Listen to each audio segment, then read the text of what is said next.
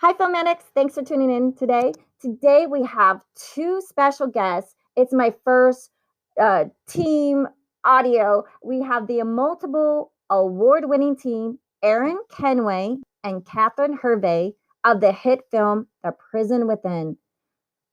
Erin and Katherin, welcome to the show. Thank you. Thank you for having us. Thank you so much. You're welcome. Where are you girls recording live today in the world so our audience can know? This is Katherin. I'm in Joshua Tree, California. Oh, and this is Erin, and I'm in Seattle, Washington, West Coast. Oh, wow. Well, I'm so happy that you can join us today. And so we love filmmakers, and we're so happy to have you and so excited. And I just wanted to ask you girls, growing up, was there a favorite film that you remember that you loved growing up? Erin? Absolutely. So I would say for me, what really impacted me were films that really inspired this creative component and thought outside the box. This might sound a bit crazy, but I loved Fantasia as a child. It took me on this emotional experience and journey that I could watch. Every single scene had something unique and different that touched me in a different way. And there's just so much exploration possible. Oh, yeah, Fantasia. That was a great film. Oh, that's so cute. Yeah. I know it's animated, but I figured I'd go to the kid at heart for that one. Absolutely. Katherin, did you have a favorite film growing up as a child? I don't know if I would say that this is my favorite, but what's coming up when you're asking that question is the film Poltergeist. And being at home alone and, very, very young. I was very, very young. And I was terrified. I was just absolutely terrified. And, I think to me it showed the power of cinema, the power of film to really kind of, seep into your cells and make you scared and make you cry and all of that. I just, I kind of was in after that. Yeah. Well, I have to ask you, did you watch that in a movie theater or were you home alone when you were watching the Poltergeist?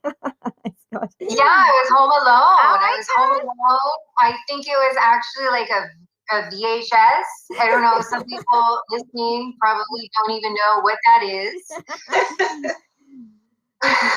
Yeah. But yeah, that was the thing. I was home alone. During the day, I didn't even need a dark theater. I was just very, very immersed. Yeah. Oh gosh.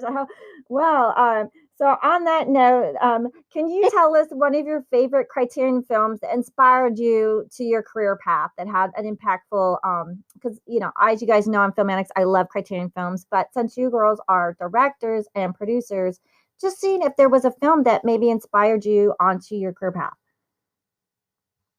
Well, this is Erin. I think what's really funny, so Katherin and I both have, we didn't start in film per se. We are actually both ex-lawyers.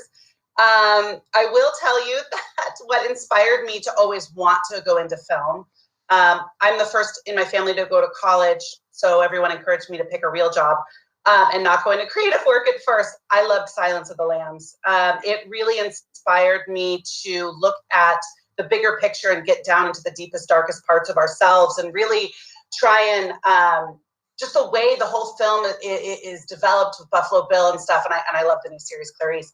I really felt this drive and interest. So I actually pursued a degree in criminology and social psychology.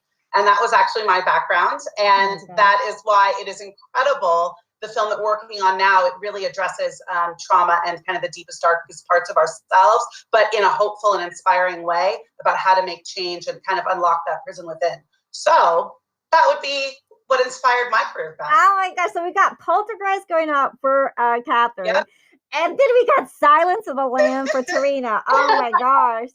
So And I got the plot line in 10 minutes in Silence of the Lambs, which shocked my family when I was about 17. So and you both are ex-lawyers that are, oh my gosh. So I mean, really inspiring. So Katherin, what about you? So I'm just, there's two films that are coming to mind. So I'm just going to talk briefly about both of them. Also, when I was probably in my early 20s, I watched this documentary called The Farm. And I'm going to kick myself right now because it's also by a female documentarian. And it took place in Angola prison in Alabama. Yes, Alabama. And at the time, I have about 15 years in the realm of criminal justice reform, but at the time I didn't have any. And I watched this film, and it was these three men going up for parole in Angola prison. And I guess in my naivete at the time, as a 20-year-old young woman, I was so moved by their stories. And I thought, oh, surely these men are so wonderful and beautiful. They're going to be paroled, right? But of course, they were not, because they were Black and the way the system works. And I can remember walking around the city that I lived in at the time for weeks, being so affected by these men and their stories, which is just fascinating because sure enough, I made the prison within, 20 years later. So again, the power of film there, it's so phenomenal. But I have to also say, as a total twist, all of the Kill Bill series, because I love anything with women kicking ass. Yeah. Speaking of which, Liz Garbus kicked ass on The Farm. So shout out to our female filmmakers. Thank you. Yeah. So speaking of that, so you're two attorneys, and so I want to keep leading up so that our audience can understand how you go from attorneys to director producers. So I have to ask you, what's one of your favorite directors and a favorite film shot from a movie or whatever medium you'd like? I can jump in. My favorite director is actually a Seattle native, and unfortunately we lost her last year, and that would be Lynn Sheldon. She, her reputation as a female filmmaker, both behind the camera and just within the community, was really inspirational. She really created an incredible community here in Seattle of filmmakers and championed that sense of community. And the way she directs was so intimate, and it was really important to make sure that everyone had a voice and was able to participate in the scenes. If people had questions or wanted to try something new, she gave that sense of creative freedom in a way that many directors don't. And so to me, that was really inspirational, because it was about getting the best story and the most individual creativity that everyone can produce and develop on set. And that was really inspirational. Ironically, I've gone into documentary filmmaking, but that inspiration and the way that she has conducted herself as an individual was one of the most inspiring aspects of being able to switch careers and not be afraid to jump into a community, because she really made Seattle an incredibly warm and welcoming filmmaking community, along with many other local filmmakers, Meg Griffith, of course, our editor, Eric Frith, Leo Wachowski. There's just an incredible group here in Seattle. And that's Tarina. And what about Katherin? Because you are the director of Prison Within. Can you share, going from attorney to, what's a favorite director of yours, and maybe share a favorite film shot of yours? Sure. So I was actually only, for me, kind of the big blip was becoming an attorney. I was more in the creative realm before that. So, but my work as an attorney, because I was a Los Angeles public defender most definitely informed this film.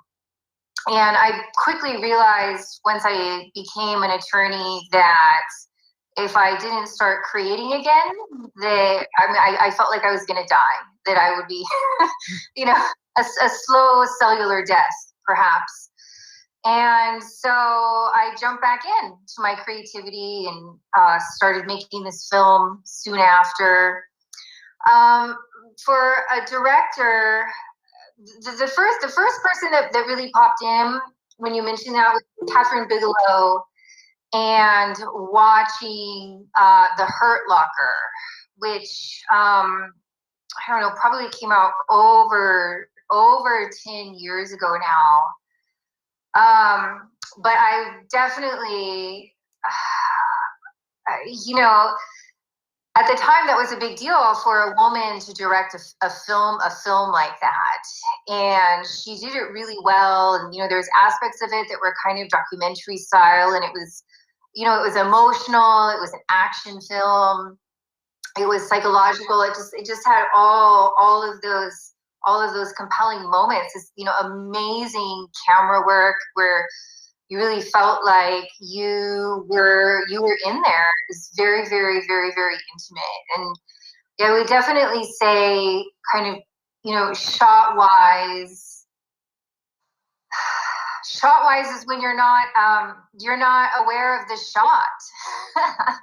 You're so drawn in emotionally to what's happening that even as a filmmaker, where you're always kind of looking at all of this stuff, all of that disappears and you're just in the emotionality of the moment in the film.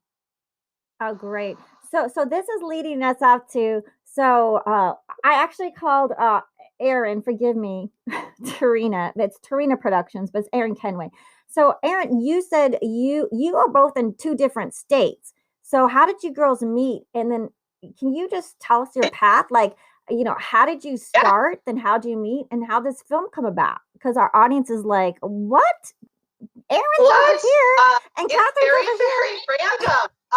We met through a friend of a friend after just chit-chatting and networking. Let me tell anyone out there, never give up on your dreams and talk about them, because when you talk about them, they become real, and you never know who you tell your dream to that can connect you to an incredible filmmaker and director like Katherin, and we were able to form this incredible team.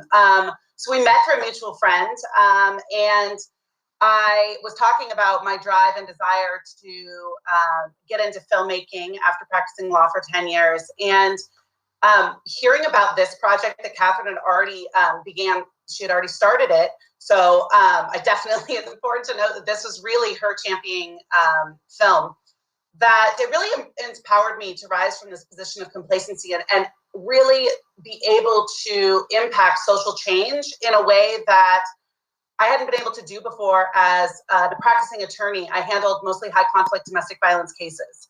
And so seeing the worst of people in this traumatic space was something I was already very familiar with, and I knew we needed to find a way to change the hearts and minds of everyone. And so I've been able to educate in the importance of justice reform through just a more personal and different medium by being a filmmaker. And so that is one of the incredible ways of just letting yourself go and be vulnerable to sharing that dream and jumping in with both feet.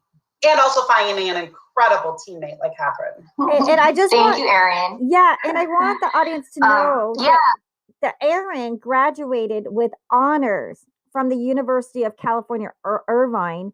And so that's really important to see, you are just this brilliant mind, and you're also the co-founder of Tarina Productions, and you're currently in development of multiple feature documentaries. So, and you also have Amazon's award-winning brand mass advertising team. So you have incredible accolades, and just amazing that you two women connected on your vision, and it's really incredible. So we have Katherin right now. This is Katherin Hervey, director, producer of The Prison Within. And I just want the audience to know a little bit that you were the publisher and editor-in-chief of Shades of Contradiction, a nationally distributed arts and culture magazine. And you also have you art directed your short documentary narrative film, the cocktail waitress for KCTS and PBS broadcasts. So just so excited. If you can share a little bit, Katherin, that'd be amazing for our audience, how you started and became this director and your path to your production of The Prison Within. Yeah, so like I said, I had to jump out of the lawyer realm fairly quickly. I recognized that. And I started writing, painting, and making this film. But really this film came out of, because part of this jump was I was also teaching political science in men's prison in Washington. Erin and I met because at the time I was also living in Seattle. And I was going in week after week for, year, 2 years. And of course, you get to know the men inside. And I very quickly realized that all of them, to this day, actually, are still sentenced to die in prison. And I don't think they should be there. I formed deep relationships with them. I saw what high levels of integrity they operate with each other, their deep levels of accountability, how they conducted themselves. And I really felt that there was this huge disconnect from what most people think of people inside prison and who are the people that are actually in there. The walls work. The walls work also to keep us out just as much as they're meant to keep people inside. That's so amazing. And so the film sprung from that. Yeah, and then that was about, it took about 6 years really to finish the documentary. I would say from development, inception of idea to cut in the can. And Erin came on for the last year and a half, I think. And and it was really at that time where we needed that extra push. We needed another producer. We needed the extra funding. So Erin really came on and was able to kind of pick up all this beauty that we've created, and then together we worked to really package it and put it out into the world. So it's very grateful to have her on as our producer. Yeah, and this is. Let me jump in and say, The Prison Within. Let's tell everyone what it's about. I mean, we've kind of been hinting on it. I think it's really important that we let you know out there. The Prison Within explores the unmet needs of victims, the vulnerable, and the marginalized within our criminal justice system. And in doing so, it's challenging this us versus them tropes assigned to people in the criminal justice system. The film is an expression of the silent sorrows faced by those on both sides of the prison walls. We're really hoping this creates an emotional experience for the viewer, and it helps to shatter those illusions of us and them, exposing the complex role that social and socio-political factors play in our own life experiences, but also inspires a dialogue of community justice reform. These stories are not just about those who are incarcerated and behind the wall, but also survivors of violent crime.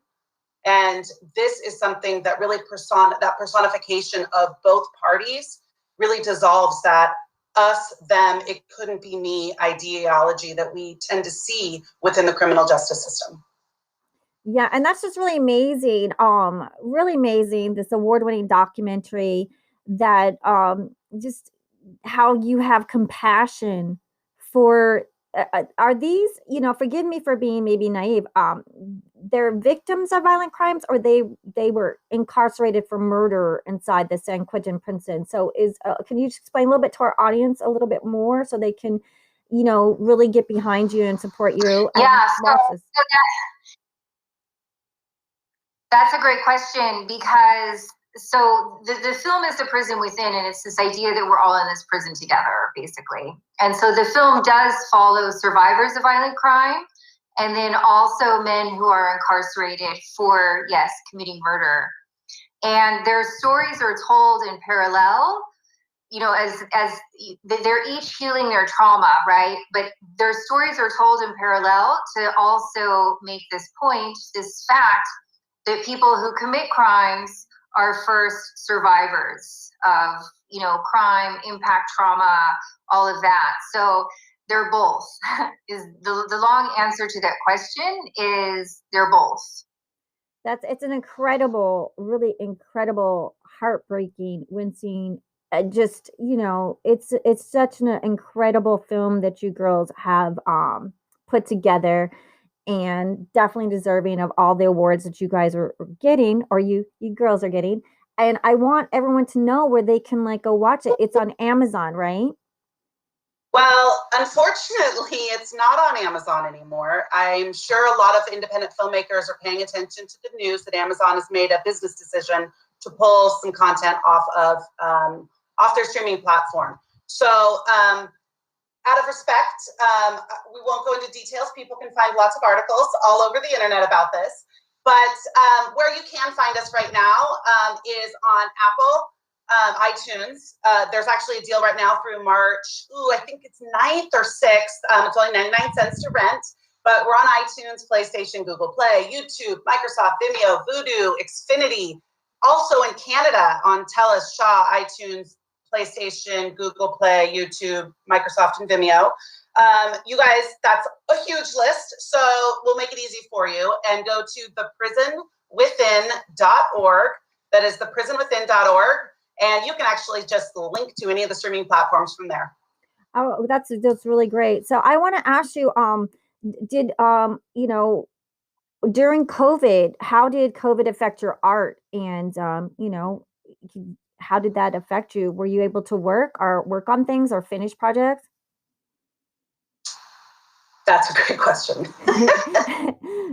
Katherin and I, we world premiered at Santa Barbara International Film Festival, this incredible film festival, huge. We won best social justice documentary at that festival, and COVID hit.